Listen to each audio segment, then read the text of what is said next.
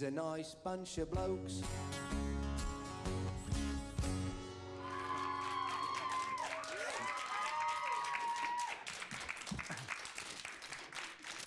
Thank you, Club Bed. Thank you very much. Good evening. I was a bit worried that I wouldn't actually make it back for this next link because the tank was supposed to stop in the car park and it kept going. We've just spoken to Pathetic Pat, Nina, to drive the tank into some of the horrible people who work at MTV, who give Pat a hard time when he's trying to film outside with Idiot Phil. There's lots of people who work here. I don't think you should encourage him to run over that car. Yes, we'll run over Boris's car. It's very expensive. We don't care because lots of horrible people who work at MTV and won't let us do our job. I know. Bringing you some laughter and some crap shows. Anyway, moving on. Moving on. What's that about a new series, Ray, next year? Yes, well, not here. Obviously not anymore. But anyway, we are for sale. And, girls, how much are you, by the way? 3p. 3 pence? Oh, God, I seem to have 1p in my pocket. Well, I'll try and get a loan from someone. OK. In the meantime, here's something very sad and serious that we have to talk about, because Most Wanted is not only about crap, silly things all of the time. You may remember, well, I'm sure you do remember, because a lot of people were fantastic in giving us a lot of money for our AIDS auction charity deal. We raised over £19,000 for a Bulgarian AIDS charity. Is it? No, Hungarian, sorry. Hungarian AIDS charity working with children. And I believe the young lady who actually set it up for us is here tonight, Nina. Yes, she is. So we were going to give away lots of money. We wanted to give it to Eastern Europe, where the money would go far. We wanted to give it to people working with children who are HIV positive through no fault of their own. And so we didn't know who to give it to. We got a phone call from a charity the next day, as you can imagine, asking for the money. And the girl who actually phoned up the charity and said, I don't think you can see Most Wanted because it's scrambled at the moment in Hungary. Another thing we don't like. And she phoned them up, and she's here tonight. So we'd like to say a very big thank you to you. There she is over there.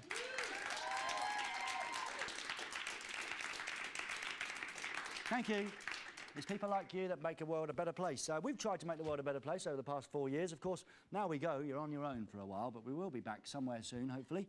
But what, Nina? Bernadette. Thank you, Bernadette. OK, Nina, I've done it now. Right. Something else happened. During our AIDS auction charity, something absolutely terrible happened. No matter what you believe in, sometimes we all believe that if we do good unto others, good will happen to us too. Respect each other and people will respect you. One man made a great gesture. His name was Bert in Norway. He made a great gesture giving us £1,600 for Suzanne Vidman's superb little drawing of us here in the studio. We phoned him up here on Most Wanted last week. We asked him why. He just said, I think what you're doing is a great thing and I'd like to offer you half of my wages or something for this month and give you all of my money. He was a lovely man and we were very happy. The next day we found out that he was involved in a terrible car accident and was in a coma. Since then, many of you have asked what's happened to him, Bert in Norway. We've been worried and wondering a lot as well. We phoned him up, well, not him, of course. He's still in a very deep coma and it doesn't look good for him at all. So, Bert in Norway, wherever you are, mate, if you can hear this, broadcast this rubbish up there somewhere, we're thinking of you. And what we've done, because I know you would have wanted it, we've sent the painting of Suzanne Vidman to Bert's hospital room, and the £1,600 that he was going to pledge is now being pledged by MTV themselves. The marketing department have generously offered to give us £1,600. Thank you, Mr. Chris Stevenson, isn't it? OK, so thank you, Chris. So the Hungarian charity will still get £20,000 and Bert will have the drawing in his room, and let's hope somewhere in a magical world that over Christmas he'll wake up, see the painting and go, oh, wow, Most Wanted. And we would have done a little bit for him because he did a lot for us. And also some other sad news, and this is really getting one of those really depressing links, but don't worry, I'll do a funny face and show you my bottom at the end of it so we'll all get back to normal. You may remember, Nina, name's not on there, I can't remember the name. You may remember... What are we talking about? You may remember a young lady who came in here and won a competition to come in here and see East 17. Where was she from? Slovakia. There was a lovely girl, Yanea was her name. She came in here, she won the competition to see East 17. Excuse me, Yanea, if I've forgotten your name and everything, but a lot of people come through here every night, as you know. And she was in Slovenia because she recently moved from the other place that she was living in. A little research wouldn't go amiss on this show, would it, eh? Just a little, but you're all hungover today, I understand. Not. So anyway, this young lady, Yanea, Yanea, who lives in Slovenia. She won the competition for E17. We asked you to give us a good reason. She said that she was just been diagnosed as having a very, very bad cancer. She wasn't sure how much longer she had to live. We invited her in, of course, into the studio, and she enjoyed herself, and she was a lovely girl with her brother. Yeah. A lovely couple. And we've just heard some bad news about her too. Apparently she's taking a turn for the worse, and she's going downhill as well. No, she's fine. She's there. Hello. She's fine. Hey, have I got the wrong research or something, Nina? What do you mean? I thought she's gone wrong as well. She's okay. She's okay. Oh, she's right. Fine. Right, I see what you're saying, Nina.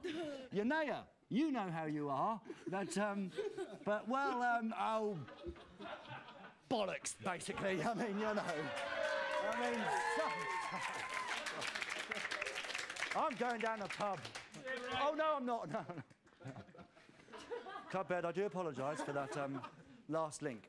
Apparently Yanea is doing okay, and she lives in Slovenia. She's not really doing okay, but we hope that you'll be okay soon. And we do apologise for that. Is there anyone who'd like to ask any questions?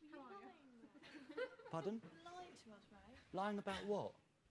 About Yanea, or whatever her name was. Yanea? No, I wasn't lying. It's just that Nina tried to cover it up by the English way of having a cup of tea when everything goes wrong, and just like that, okay? Any more questions, class? What's Chris Evans doing? Will you shut up? What do you think I'm standing over here for? So you can't see what's going on over there? Does everyone want to ruin our last but one show? Get back to your job. Oh, Will, where's your research today? Over there, I'm here. Right. You do your job and I'll do mine. Well, okay? you haven't done your job today. Obviously, you've been too busy with your boyfriend. On with it. Right. Now, the reason this young man over here mentioned a young man named Chris Evans is because... He's on drugs. Well, as you probably know, he's on drugs. We're gonna report you to the police. Yeah. So, as you probably know, there's a top TV presenter in Europe, and you know his name, Enrico Silverstone. Yes! Oh, will you shut up? I've had enough of everyone over here. So there's a top presenter in Britain who is the top TV entertainer in the world today, and his name is Chris Evans. And I have always wanted to be more like him, because that's the way to go... Is it now? No, not now, not now. Because that is the way that I will go forward. This joke's going to work, isn't it? No. Chris, will you... Sorry. Do I come on your shows and ruin everything for you? No. Do you invite me on your shows? No. So anyway, as I was saying, kids, we'll edit that bit out later. As I was saying, Chris Evans is a TV hero. I'm a big fan of his, and I really seriously am. And I watched all of his shows. Chris, you stop it. He's touching me. Things, Nina. Can I sit there? Tie No. shoelaces to the chair. I wish I put my false one on now. OK. And so I've always wanted to be more like Chris. Very big. Is it? Oh, thanks so much.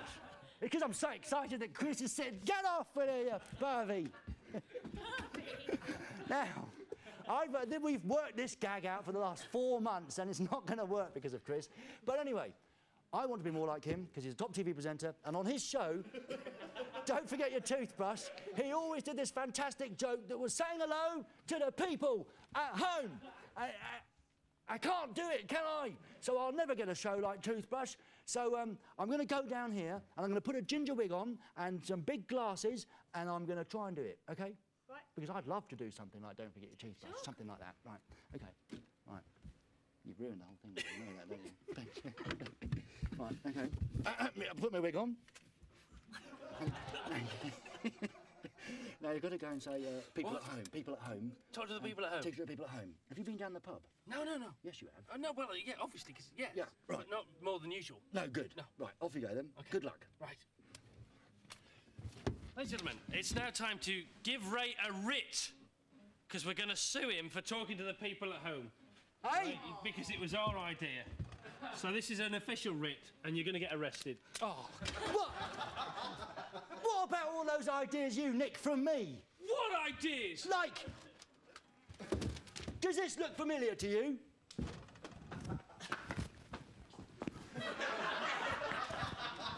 Oh, that one! That one. Oh, sorry, give me the writ back. Yeah, I'll take the writ from you. Now, Give it to me.